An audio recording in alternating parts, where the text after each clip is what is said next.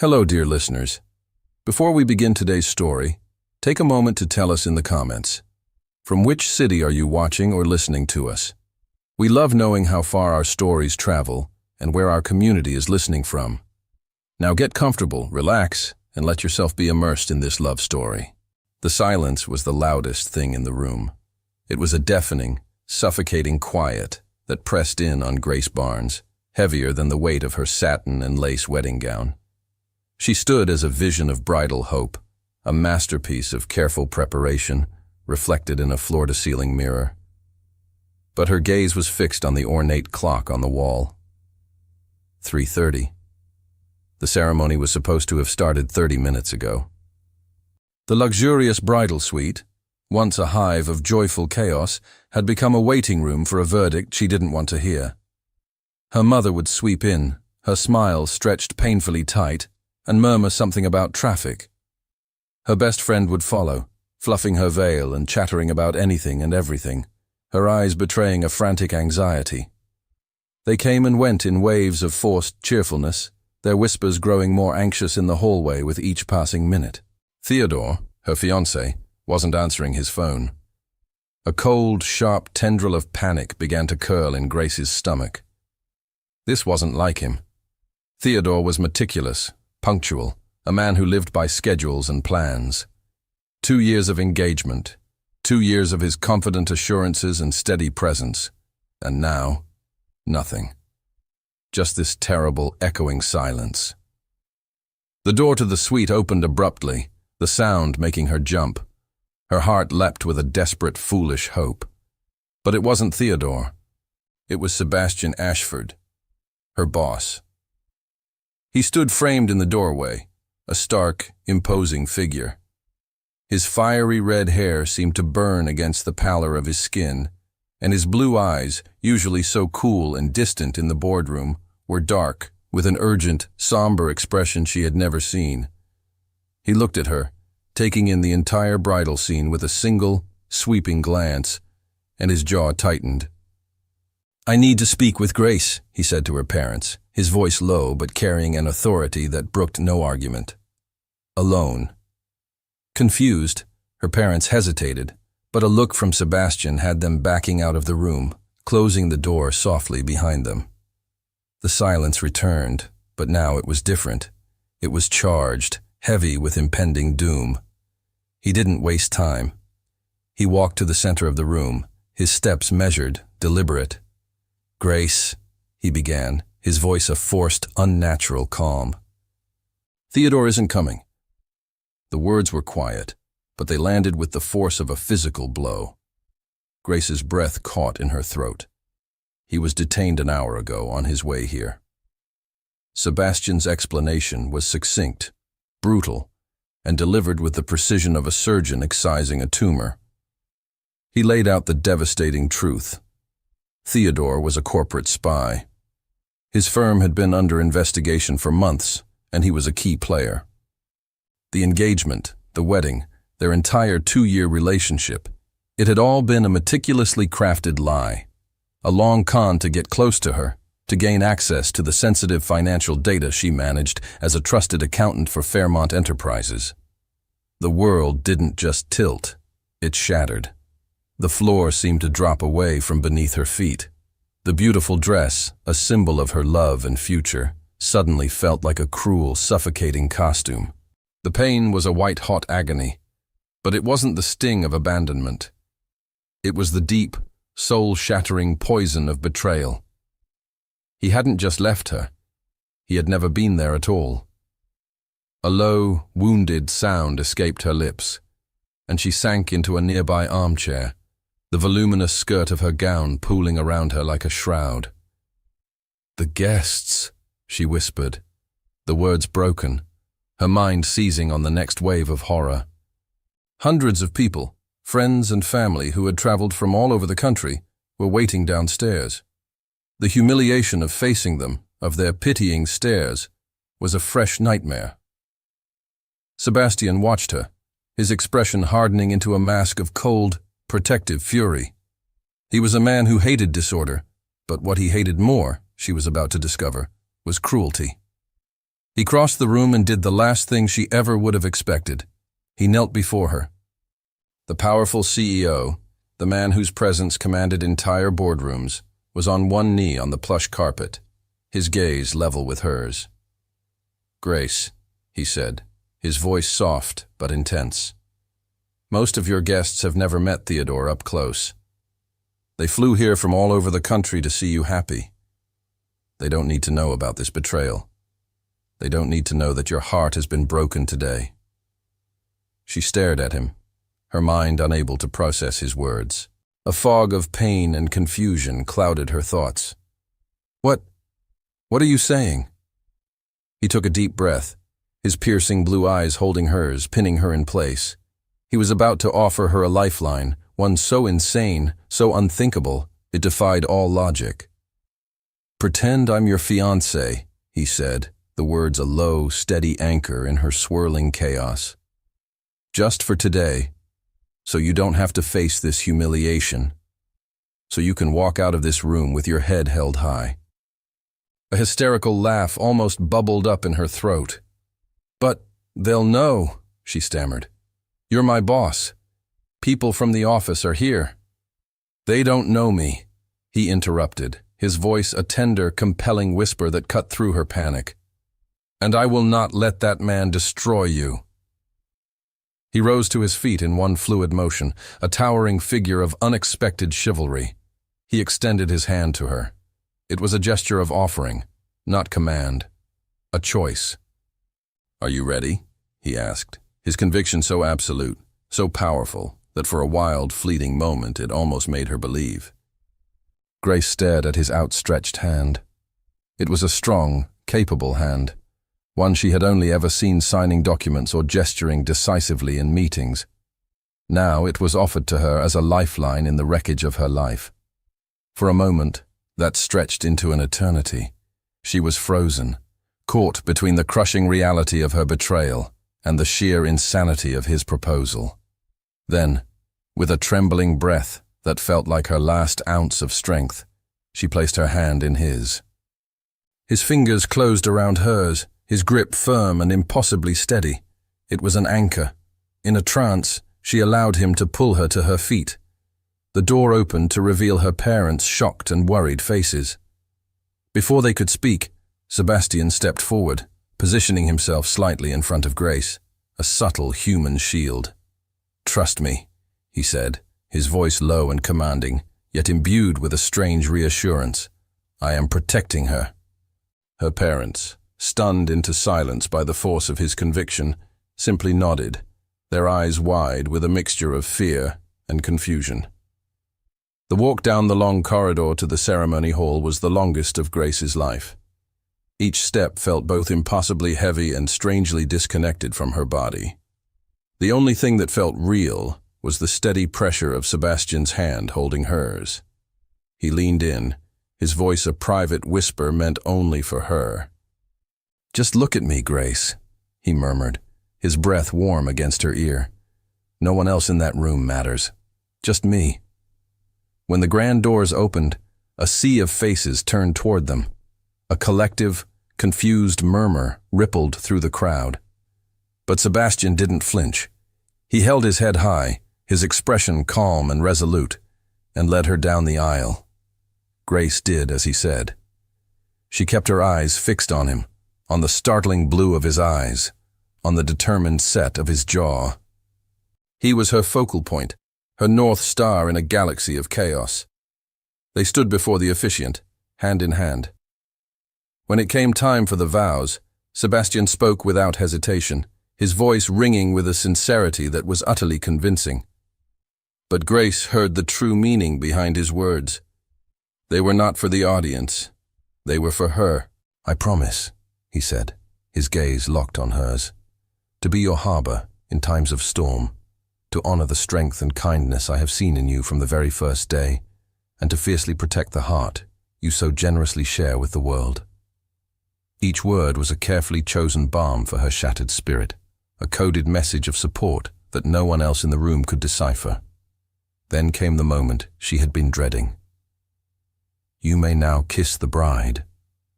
A visible tremor ran through Grace's body, Her breath hitched. This was too much. This was the point where the illusion would shatter. Sebastian saw the panic flash in her eyes. He saw her fear. He moved with an infinite gentleness. He raised his free hand, his fingers cool against her cheek, tilting her face up toward his. His eyes, so close now, were not filled with the fire of a lover, but with a quiet, profound promise of safety. It's okay. I've got you. He leaned in and pressed his lips to hers. It was not a kiss of passion. It was a kiss of pure, unadulterated protection. It was chaste, impossibly soft, and deeply respectful. It was a whisper of contact, a gesture meant to shield her, not claim her. Yet it lasted a fraction of a second longer than necessary, a silent acknowledgement of the gravity of their pact. In that brief, suspended moment, she felt not the sting of a lie, but the profound comfort of his unwavering shield. When he pulled away, the crowd erupted in applause, oblivious. In the chaotic blur of congratulations that followed, Sebastian never left her side. His hand remained a constant warm presence on the small of her back. As soon as he found an opening, he guided her away from the throng of well-wishers toward a quiet side exit. "The hardest part is over," he whispered, his voice a low rumble of relief near her ear. He led her toward a sleek black car waiting at the curb. He opened the door for her, and as she slid inside, he leaned in and said, "Now let's go home." The word hung in the air between them. Home. It was a word that had been stolen from her just hours ago, a concept that had been shattered. Yet coming from his lips, it sounded less like a destination and more like a promise. A strange, terrifying, and incredibly welcome promise of sanctuary. The car moved with a silent, predatory grace, gliding through a set of imposing wrought iron gates that opened as if by magic. Grace stared out the window as they proceeded down a long, winding driveway flanked by ancient oak trees and gardens, so perfectly manicured they didn't look real. The driveway culminated in a circular court before a magnificent stone mansion, a structure of elegant lines and vast, dark windows that seemed to watch their approach. It was less a house and more a monument to power and success. A wave of intimidation, cold and sharp, washed over her. She felt small, out of place, a fraud in her borrowed dress, about to step into a world she didn't belong in. "Where are we?" she asked, her voice barely a whisper, lost in the opulent leather interior of the car. Sebastian brought the car to a smooth stop. He didn't answer immediately. He cut the engine, and the sudden silence was profound. He turned to face her, his expression serious, but the hardness in his eyes had been replaced by something softer, something gentle. "My home," he said simply, "and where you will be staying for a while." He led her up the stone steps and through a massive front door into a grand foyer. The interior was not the cold, sterile space she had imagined. It was minimalist and elegant, yes, but there was a warmth to it. The floors were dark wood. The walls were adorned with large, abstract paintings that pulsed with color, and a grand, sweeping staircase curved upwards into the shadows. It was beautiful, but its sheer scale was overwhelming. He guided her into a spacious living area, gesturing toward a plush sofa. He remained standing, giving her space, his hands tucked into his pockets. "Grace," he began, his voice calm and measured, the sound a steadying presence in the vast room. "I know your head is spinning, but we need to be practical." He paused, choosing his words with the same care he used to dissect a business contract. "The news of Theodore's arrest is already on every financial news portal. Your name, unfortunately, is connected to his. Going back to your apartment right now would be an open invitation for reporters and the morbidly curious. And the office?" He hesitated, his gaze softening with empathy. "People can be cruel. The whispers, the stares. You don't deserve to endure that. Not now." The thought of facing her colleagues, of seeing their pity and suspicion, made Grace's stomach clench. The shame she had been holding at bay threatened to drown her. A hot flush crept up her neck, and she instinctively wrapped her arms around herself. Sebastian saw the flicker of panic in her eyes, the way she shrank into herself. He continued, his voice gentle, offering not just a solution, but a shield. "I have a proposal," he said, "and it's one that would be an immense help to me. My personal schedule is chaotic. I need someone I can trust implicitly to organize my life here at the mansion, to coordinate my calendar, to act as a gatekeeper. Someone with your discretion and your efficiency." He held her gaze, his blue eyes clear and direct. "I want you to work for me, Grace. Here, as my personal executive assistant. You can continue your accounting duties remotely, in complete privacy. No one from the office needs to know where you are, only that you are working from home for the time being." The offer settled in the quiet room, and Grace saw it for what it was, an act of profound, almost breathtaking kindness. He wasn't offering her charity, which her pride would have forced her to refuse. He was offering her a purpose, a role, a reason to get up in the morning. He was giving her a way to maintain her dignity, to earn her keep, all while protecting her from the cruel judgment of the outside world.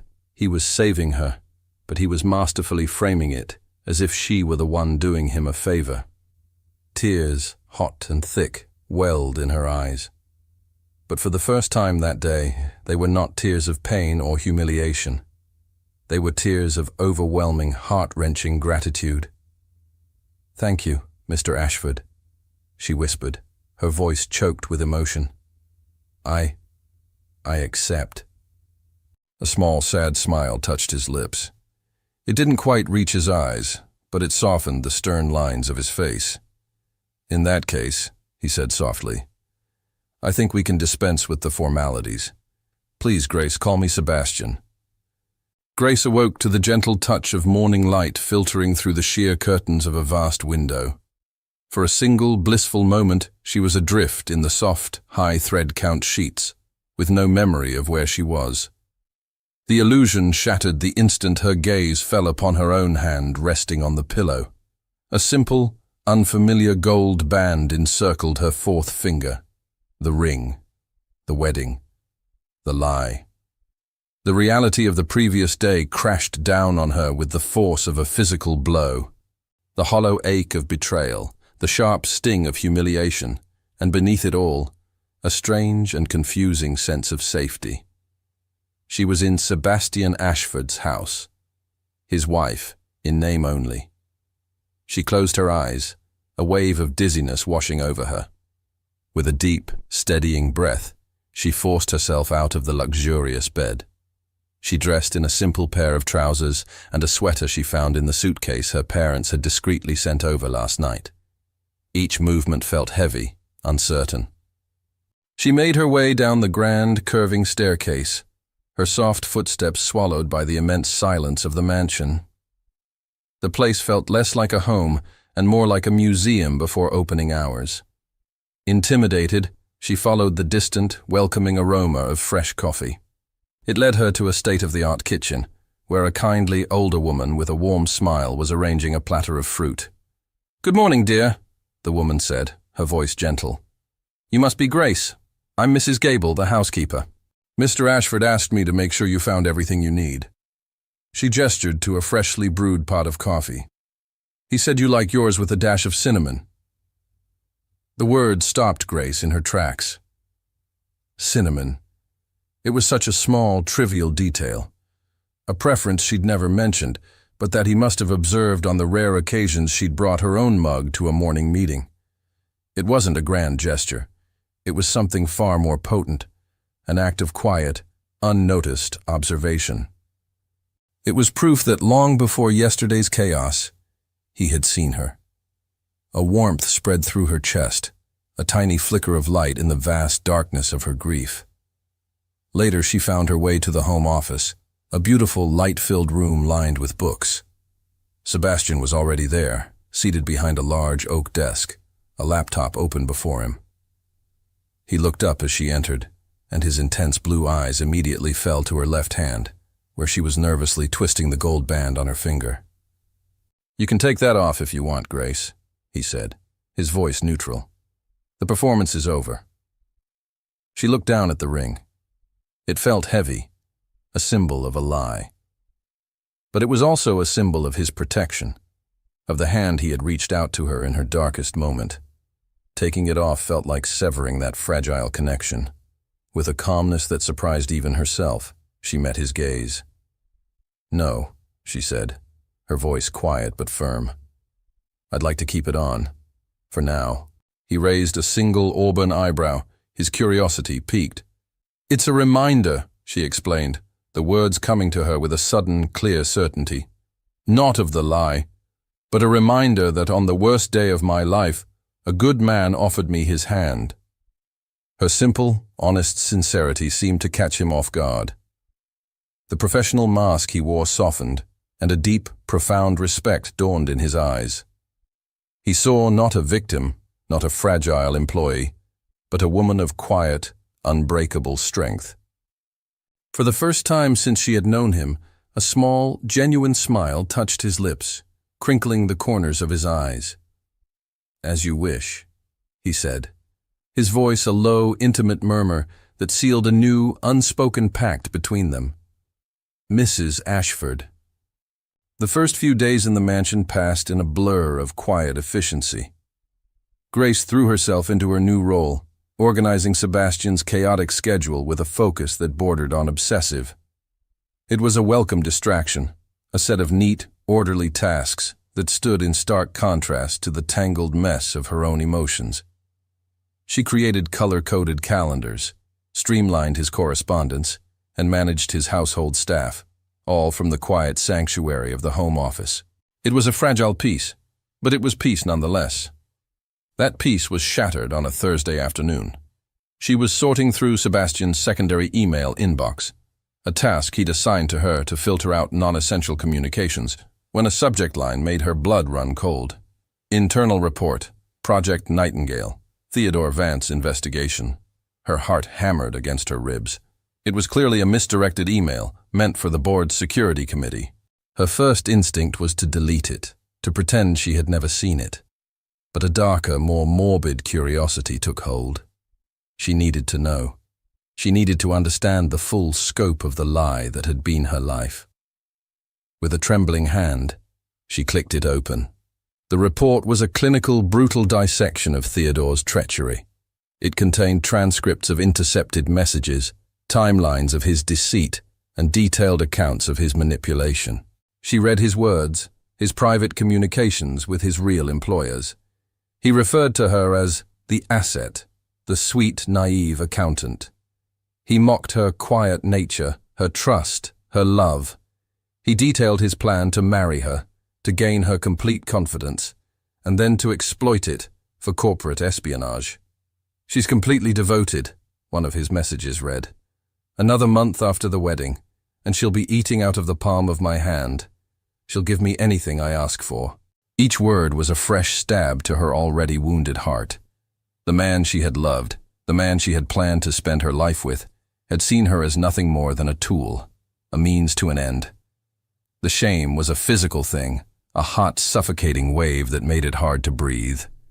Silent tears began to stream down her face, dripping onto the cold, unforgiving screen of the tablet.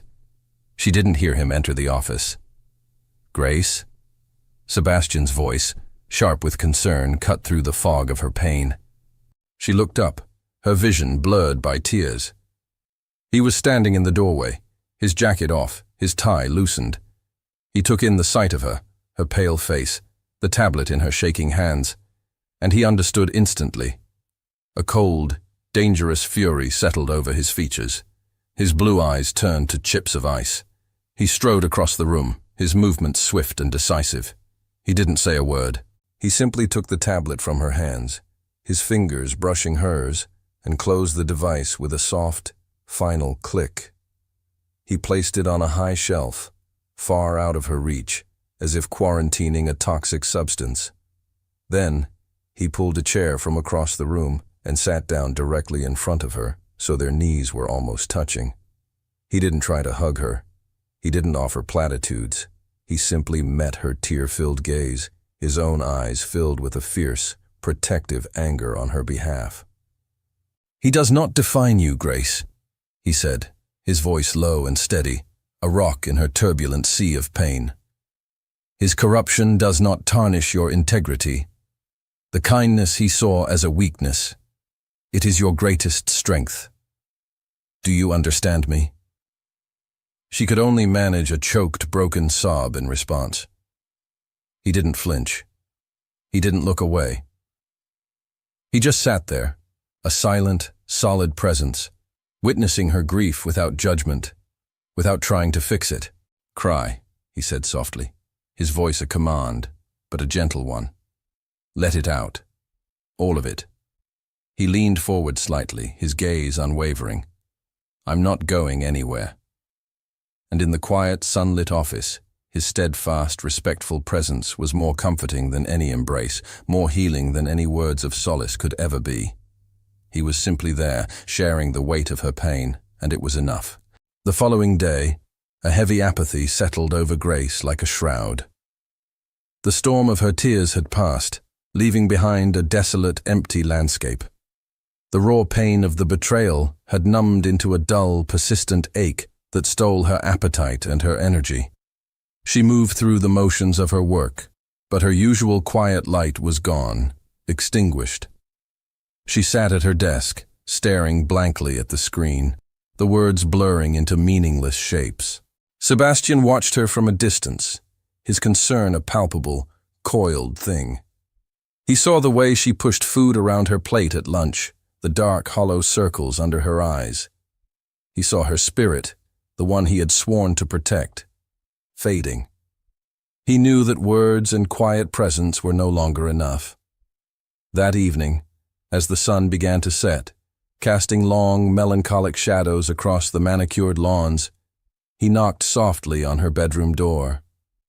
She opened it to find him standing there, his expression gentle but firm.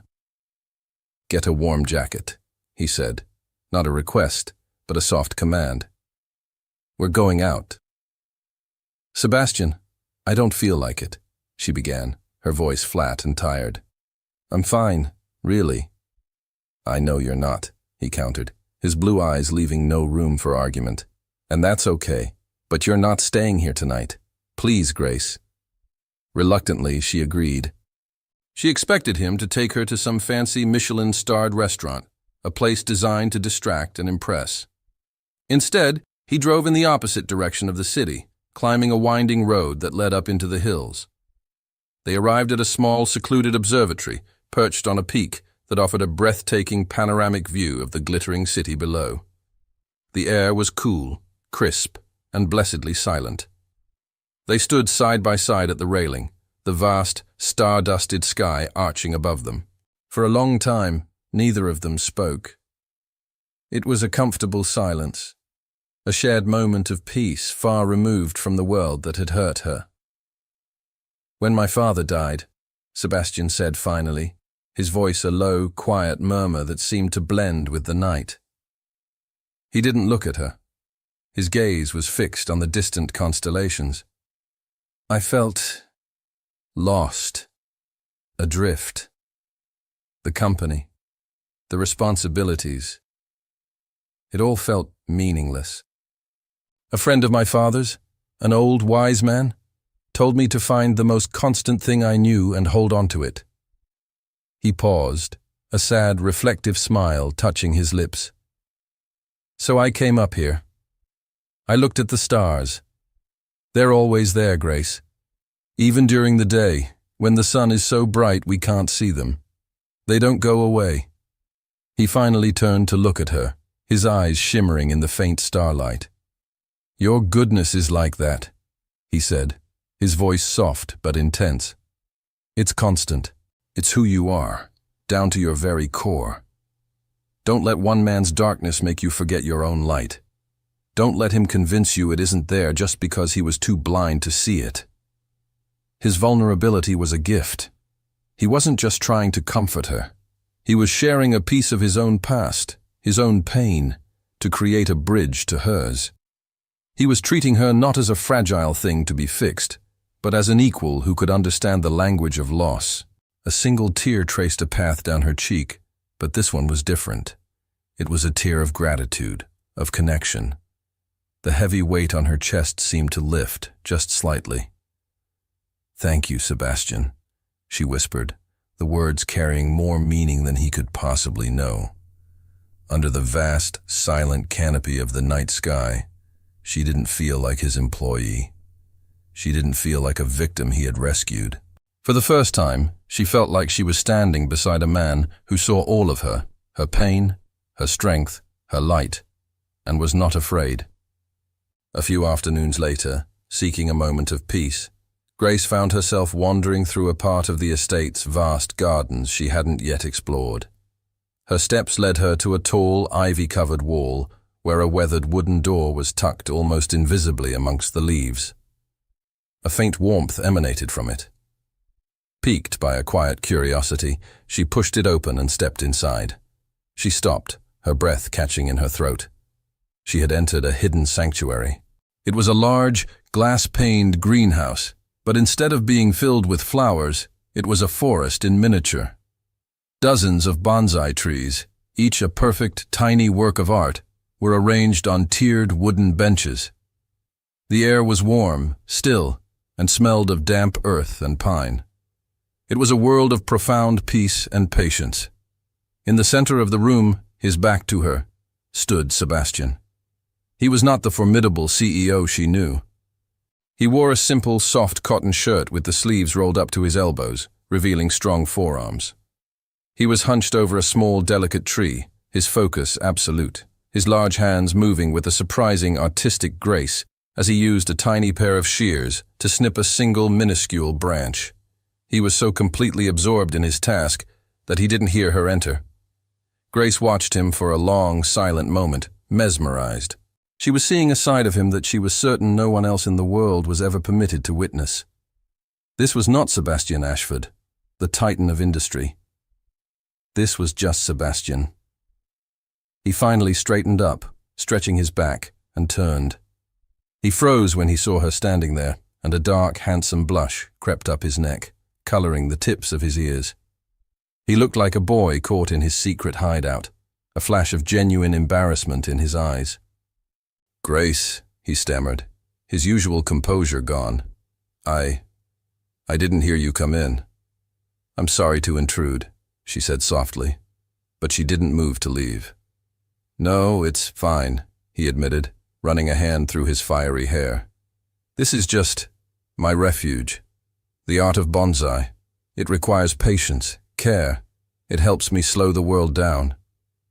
Instead of feeling like an intruder, Grace felt a pull toward this secret world of his. She offered him a small, gentle smile. "It's beautiful. May I see?" Her genuine interest seemed to put him at ease. The tension left his shoulders, replaced by a quiet pride. "Of course." He began to walk her through his collection, his voice losing its corporate edge and taking on the warm, quiet passion of a true enthusiast. He showed her a gnarled juniper, its trunk twisted and scarred. "This one taught me about resilience," he said. He gestured to a vibrant maple, its leaves a fiery crimson. "And this one, about how change can be beautiful." He was sharing more than a hobby. He was sharing the quiet, philosophical lessons he had learned far from the noise of the boardroom. He was showing her pieces of his soul, and Grace listened, utterly captivated, the last image of the powerful, intimidating CEO dissolving completely. He led her to the heart of the greenhouse, to a workbench where a single delicate cherry blossom bonsai stood. It was not yet in bloom, its slender branches bare. "This one is my favorite," he said, his voice dropping to a tone of near reverence. "It's a reminder that beauty can be incredibly strong, but also fleeting. Its blossoms, they're perfect, but they only last for a short time." He paused, turning to look at her. His blue eyes, intense and serious, met hers. "It teaches us to value the precious moments," he continued softly, "to protect them." The air grew thick. The temperature in the greenhouse seemed to rise.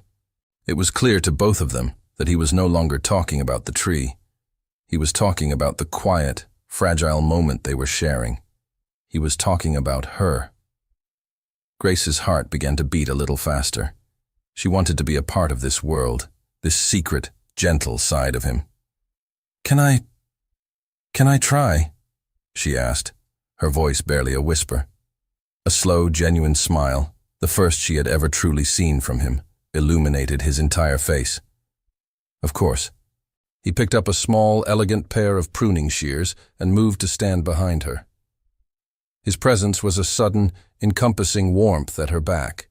She could feel the heat of his body, smell the faint, clean scent of his shirt mixed with the earthy aroma of the greenhouse. "You have to feel for the right branch," he whispered, his voice a low vibration right next to her ear, sending a shiver down her spine. He reached around her, his large hand covering hers, guiding it toward a small, errant twig on the cherry tree. His fingers laced with hers over the cool metal of the shears. His hand was so big, so warm, completely enveloping hers. Time seemed to stop. The world narrowed to the feeling of his chest against her back, the sound of their soft, shared breathing, the intoxicating intimacy of the moment. It was more intimate than any kiss could ever be. "Here," he murmured, his breath a warm caress against her temple. "Cut here." But neither of them moved. They remained frozen, caught in a perfect, fragile, and terrifying moment of connection, both of them afraid that the slightest movement, even the snip of the shears, would shatter the spell. The fragile peace of their shared world in the greenhouse carried over into the following days. A new, unspoken understanding existed between them. The lines of employer and employee had blurred into something warmer, more personal. Grace found herself smiling more, the heavy shroud of her grief beginning to lift, replaced by a tentative, fluttering hope. The real world, however, had not forgotten them. On Tuesday morning, Sebastian had a scheduled video conference with several key members of the board. Grace sat discreetly to the side of his desk in the home office, taking notes as she always did. The meeting was progressing smoothly until a board member named Mr. Davies, a notoriously abrasive man known for his sharp tongue, joined the call. After a brief, perfunctory discussion about quarterly earnings, Davies leaned into his camera, a smug, unpleasant smirk on his face. "On another note, Ashford," he began, his tone dripping with condescension.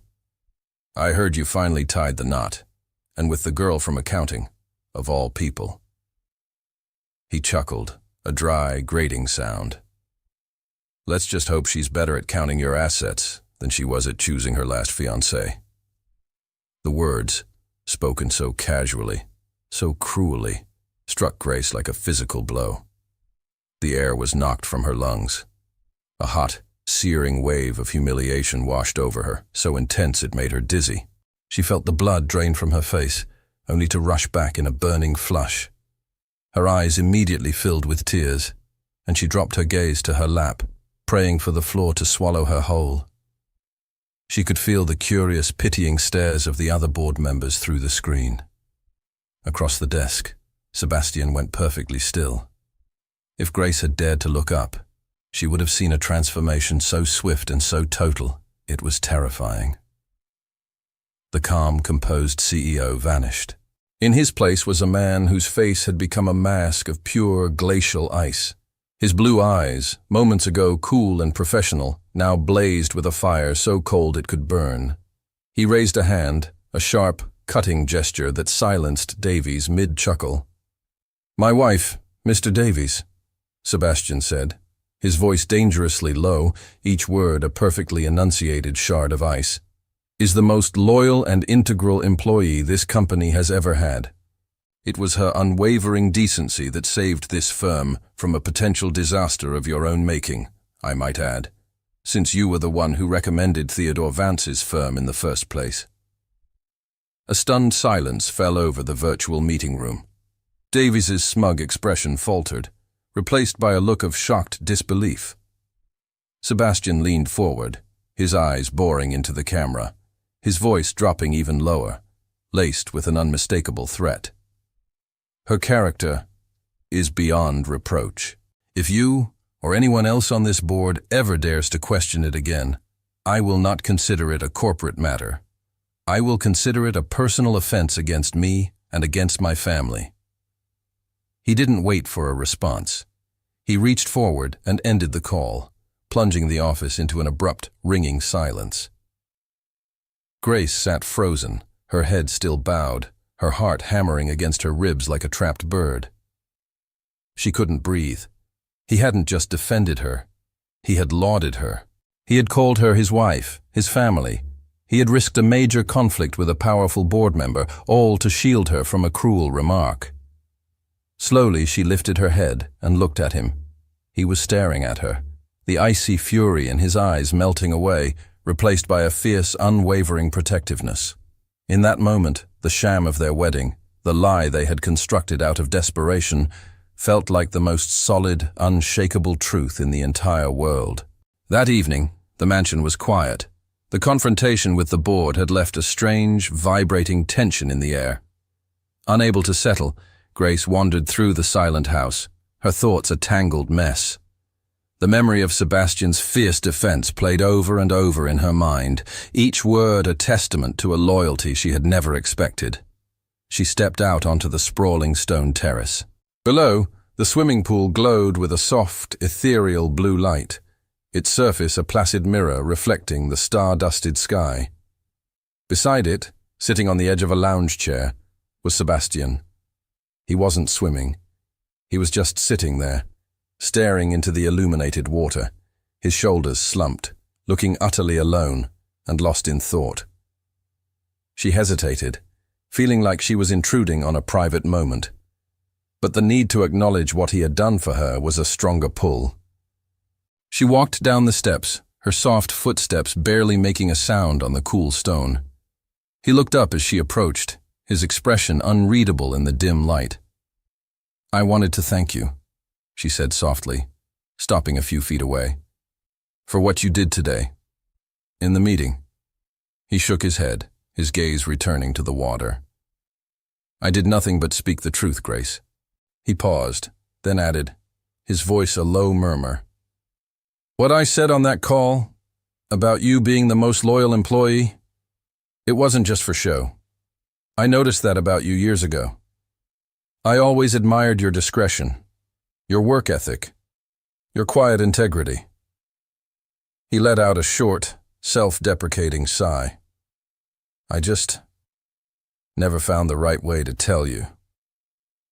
A comfortable silence settled between them, filled only by the gentle lapping of the water. The question that had been burning in her heart since her wedding day finally rose to the surface, demanding to be asked. "Why did you really help me, Sebastian?" she asked, her voice barely a whisper. "On that day, why did you do it?"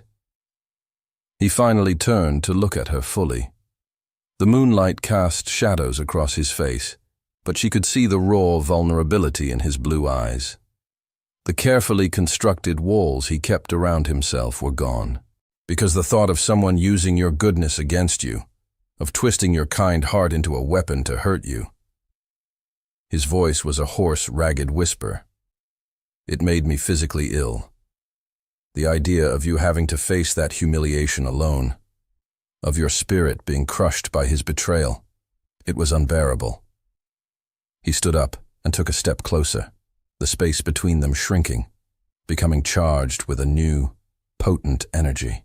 "It wasn't pity, Grace," he continued, his voice dropping even lower, becoming thick with an emotion he could no longer hide.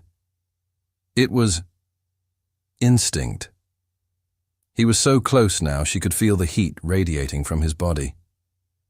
She had to tilt her head back to look up at him, her breath catching in her throat. "An instinct I feel every single time I'm near you," he confessed. "A need to protect, to shield, to be near your light." The confession hung in the warm night air, a breathtaking, terrifying admission. It was the answer to everything. It stripped away the pretense of their arrangement, leaving only the raw, undeniable truth of his feelings. They stood there, on the edge of the glowing water, the whole world seeming to hold its breath around them. The world seemed to narrow to the charged space between them, The soft lapping of the water, the distant hum of the city, the vast, starry sky, it all faded away. There was only the intensity of his gaze, the raw honesty of his confession, and the frantic, hopeful beating of her own heart. Driven by the momentum of his own words, by an impulse that had been suppressed for far too long, Sebastian slowly lifted his hand. He hesitated for a fraction of a second, his fingers hovering in the air just inches from her face, as if asking for a permission he wasn't sure he would receive. Then, with an infinite tenderness, he touched her. His fingertips, warm and slightly calloused, traced a gentle path along her jawline. It was a touch of reverence, of wonder. Her skin tingled where he made contact. She leaned into his hand, a silent, answering surrender. "I can't pretend anymore, Grace," he murmured, his voice a low, husky rasp that sent a shiver down her spine. "I can't pretend this is just about protecting you." He lowered his head, his movements slow, deliberate, giving her every opportunity to pull away. She didn't move. She couldn't. She was caught in the powerful magnetic pull of his orbit, a force she had been fighting against for weeks. His lips met hers. The kiss was everything they had held back. It was the gratitude for her quiet strength and the admiration for his fierce protection. It was the shared loneliness of two isolated souls and the unexpected comfort they had found in each other. It was slow and deep and exploratory, a question and an answer all at once. It tasted of salt water from her unshed tears and a profound, soul-deep relief. It was a kiss that felt like coming home. When he started to pull away, a soft, questioning sound escaped his lips. But before he could retreat, before doubt could poison the perfect, fragile moment, Grace acted on a pure, undeniable instinct of her own. Her hands, which had been resting hesitantly on his chest, slid up around his neck. She rose on her toes, and with a surge of feeling she could no longer contain, she deepened the kiss. This time it was different. It was not a gentle exploration. It was a declaration. It was all her pent-up grief, her gratitude, her burgeoning hope, and her terrifying, wonderful love pouring out in a single, desperate gesture. This was not him saving her anymore. This was two hearts, both broken in their own ways, finding their missing pieces in each other. They finally broke apart, breathless, their foreheads resting against each other. The air crackled with the aftershock of what had just happened. A flicker of fear, of reality, returned to Grace's eyes. The complexity of their situation came rushing back. He was her boss, her protector, her fake husband. What did this make them now? "Sebastian, she started, her voice a trembling whisper, ready to question, to doubt. He placed a single gentle finger on her lips, silencing her. "Shh," he murmured, his own voice unsteady. Don't say it's a mistake." He looked into her eyes, his own shining with a fierce, desperate sincerity. "Not when this feels like the only right thing I've done in my entire life." The morning after the kiss was shrouded in a new, suffocating tension. The comfortable silence they had built was gone, replaced by an awkward, charged quiet. Every accidental brush of hands, every shared glance across the breakfast table, was fraught with the memory of what had happened by the pool. The air was thick with unspoken questions. Grace was terrified. She avoided him, busying herself with tasks in the farthest corners of the mansion. Her heart was a battlefield of conflicting emotions. A part of her soared with a joy so pure and bright it was dizzying. But another, louder part was gripped by a cold, paralyzing fear. She had fallen in love with him. It was a truth she could no longer deny. But the foundation of that love felt treacherous, unstable. He was the man who had rescued her from the worst day of her life. He had given her a home when she had none, a purpose when she was lost. He was her employer, her protector, her savior. How could she possibly know if what she felt was real? Was it love? Or was it just a profound, overwhelming gratitude? Was her heart truly his? Or was it just clinging to the man who had so gallantly pieced it back together? The doubt was a poison, seeping into her newfound happiness, tainting it with fear. She couldn't bear the thought of being a burden to him, an obligation he felt bound to because of his own kindness. She needed to know that if he loved her, Grace, not the broken woman he had saved. And she needed to know that her own feelings were just as genuine. With a heavy, aching heart, she knew what she had to do. She had to leave the safety of his shadow to see if her own feelings could survive in the light. That afternoon, while he was out at a rare in-person meeting, she made her painful decision. She went to her room and packed a single bag with her essential belongings. Then she sat at the small, elegant desk and wrote a letter, the words blurring through her tears. "Sebastian," she wrote, "I will never be able to thank you enough for what you have done for me. You saved me in more ways than you know, but I cannot stay here any longer.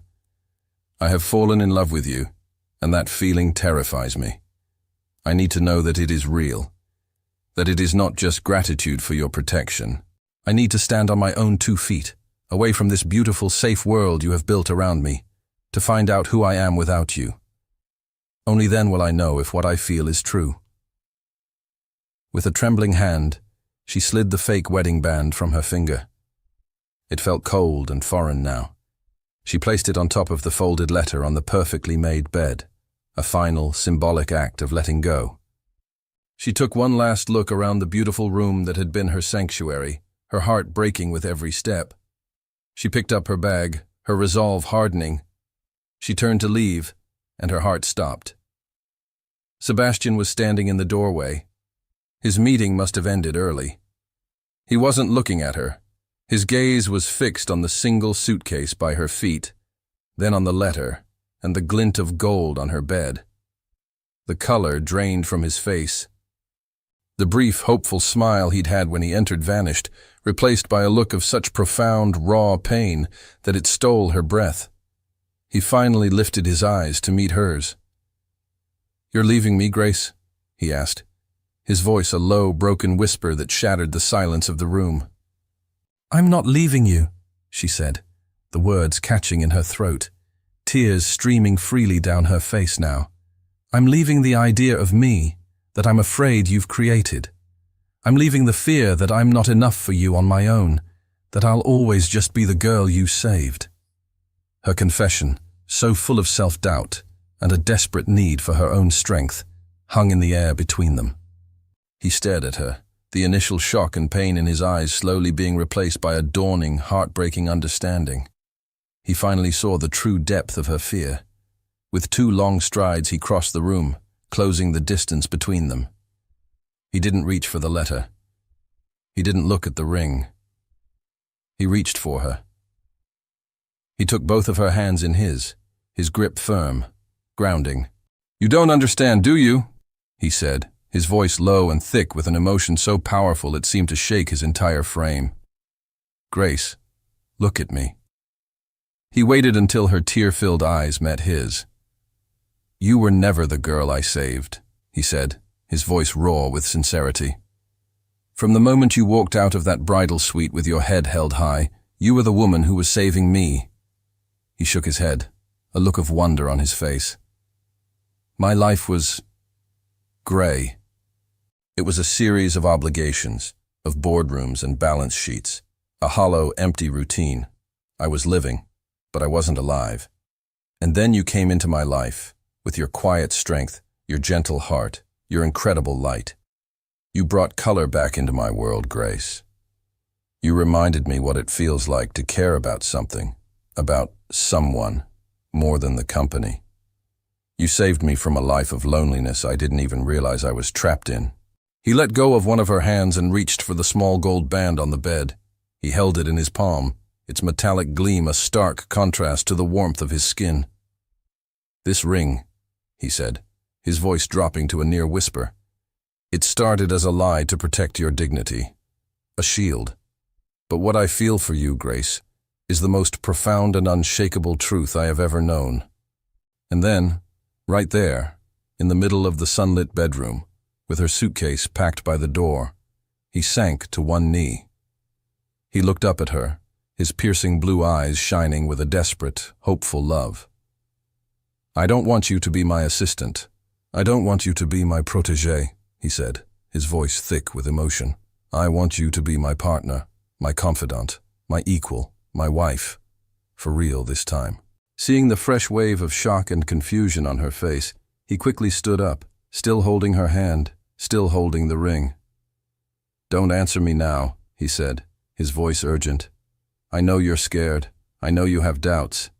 But please, don't go." He squeezed her hand, a gentle, pleading pressure.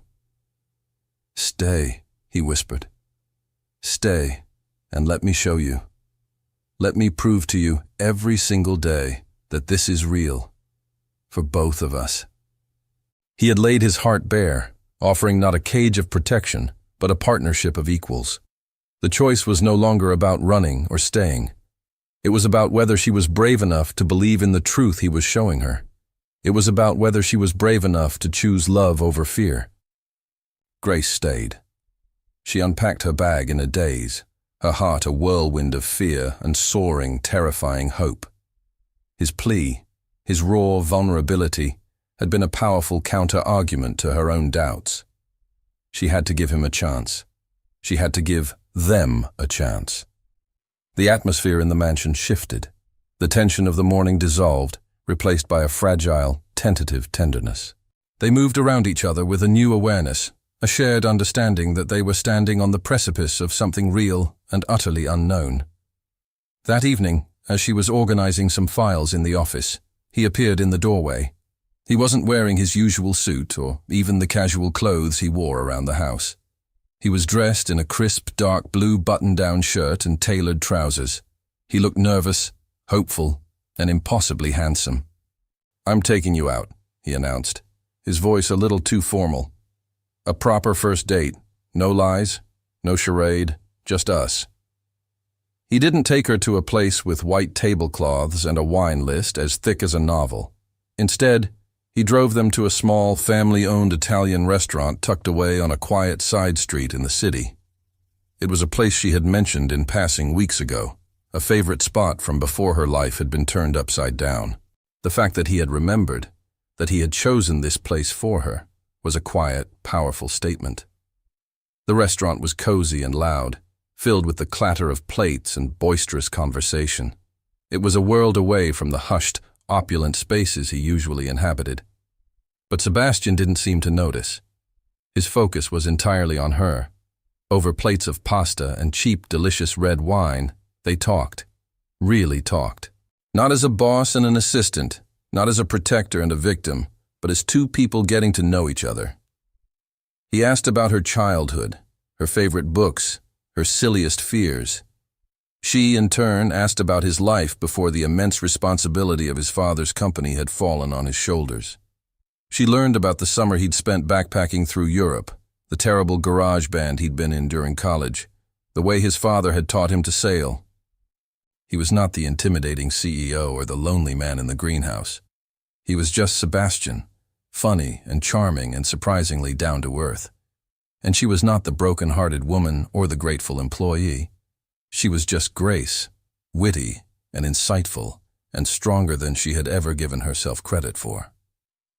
At the end of the night, he walked her to the front door of the mansion. The air was cool, and the moon was a bright silver sliver in the sky. "I have something for you," he said, his voice a little hesitant.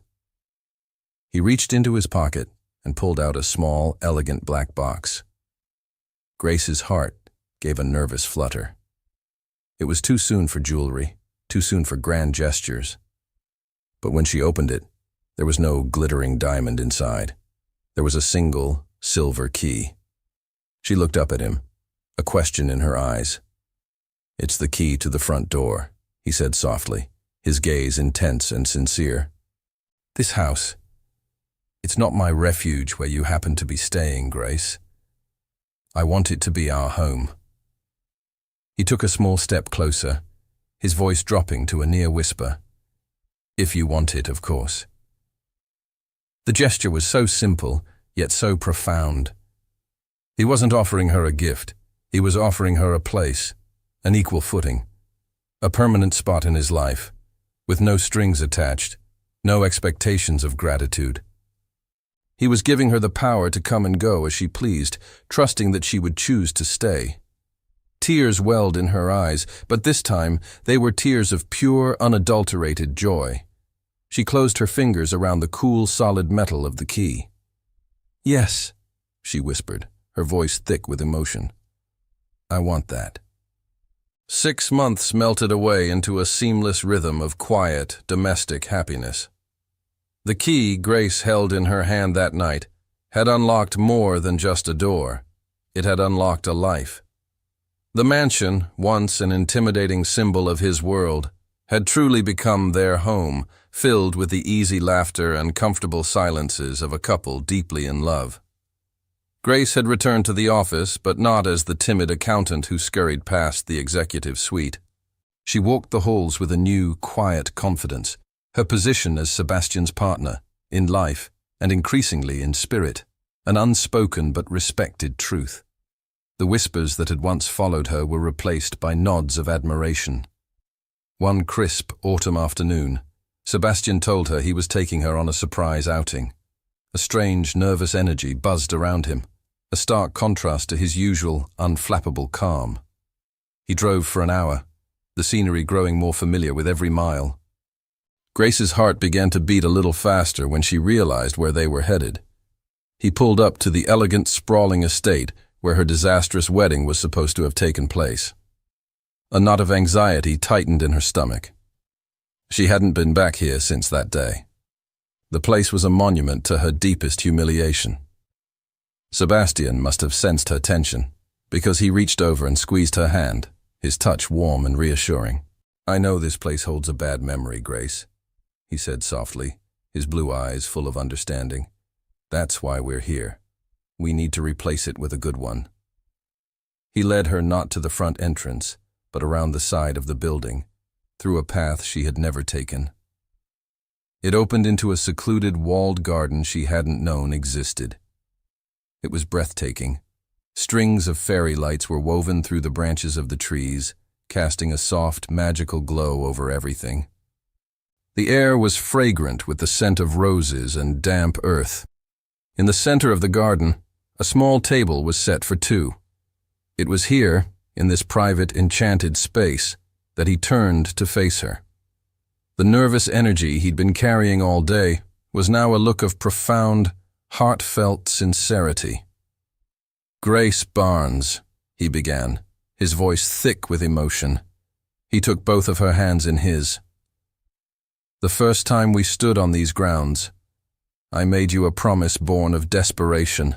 I offered you a lie to protect you. Today, I want to offer you a truth to cherish for the rest of our lives." Slowly, deliberately, he knelt down on one knee. The gesture, so similar to the one he had made in the bridal suite, was now imbued with a completely different meaning. This was not an act of rescue. This was an act of pure, unadulterated love. He pulled a small velvet box from his pocket. He opened it, and Grace gasped. Inside, nestled on a bed of black silk, was the most beautiful ring she had ever seen. It wasn't a traditional diamond. It was a stunning, deep blue sapphire, the exact color of his eyes, flanked by two smaller, glittering diamonds. "Grace," he said, his own eyes shimmering with unshed tears. "You are the strongest, kindest, most resilient woman I have ever known. You walked through fire and came out shining brighter. You taught me how to live again, how to feel again. You are my constant, my harbor, my home." He looked up at her, his heart in his eyes. "Will you marry me? For real this time?" Tears of pure, overwhelming joy streamed down her face, but she was laughing. "Yes!" she cried, her voice a happy, choked sob. "Yes, of course, yes!" He slid the exquisite ring onto her finger. It was a perfect fit. He stood up, pulling her into his arms, and kissed her with a passion and a love that sealed their future. "Now," he whispered against her lips, his forehead resting against hers. "Now we have a happy memory for this place. 1 year to the day after their first fictitious wedding, Grace and Sebastian stood at an altar once more.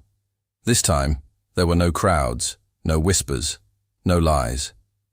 The ceremony was an intimate, heartfelt affair held in the sun-drenched garden of their own home, surrounded by a small circle of friends and family who had witnessed their unlikely love story unfold.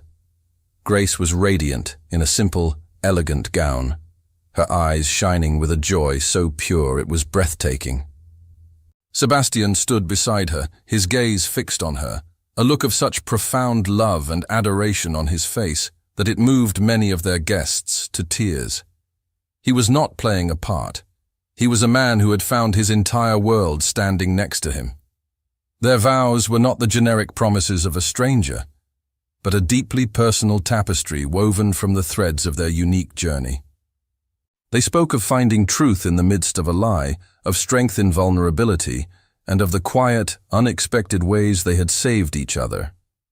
Later, at the reception, as the sun set and the fairy lights in the garden began to glow, a photographer approached them. "Could we get a shot of the happy couple? Maybe recreate that first kiss for the camera?" Grace and Sebastian looked at each other, a secret, knowing smile passing between them. Sebastian turned to Grace. He didn't pull her into a dramatic, passionate embrace for the camera. Instead, he gently cupped her face in his hands, just as he had done at that first false altar. He leaned in and gave her a kiss that was impossibly soft, achingly tender, and deeply respectful. It was a perfect echo of the first kiss he had ever given her, the kiss of pure protection. When he pulled away, he whispered, so only she could hear, "This one will always be my favorite." "Why?" she murmured, her heart swelling. "Because it was the moment I promised myself that I would spend the rest of my life taking care of you," he answered, his voice thick with emotion. Later in the evening, they stood together on the edge of the terrace, watching their friends and family dance under the stars. Grace leaned her head against his shoulder, her hand resting over his heart, feeling its steady, rhythmic beat. "Who would have thought," she mused, her voice soft with wonder, "that the absolute worst day of my life would turn out to be the beginning of the very best part of it?" Sebastian wrapped his arm around her, pulling her closer. He pressed a gentle kiss to the top of her head, breathing in the soft scent of her hair. "I knew," he answered, his voice a low, confident rumble against her ear. "I was just waiting for you to see it too." They stood there in the warm, gentle quiet, their shared past no longer a source of pain, but the strong, unlikely foundation of their beautiful future. Their story was a testament to the incredible truth that sometimes a single, desperate act of kindness can blossom into the most real and profound love of all.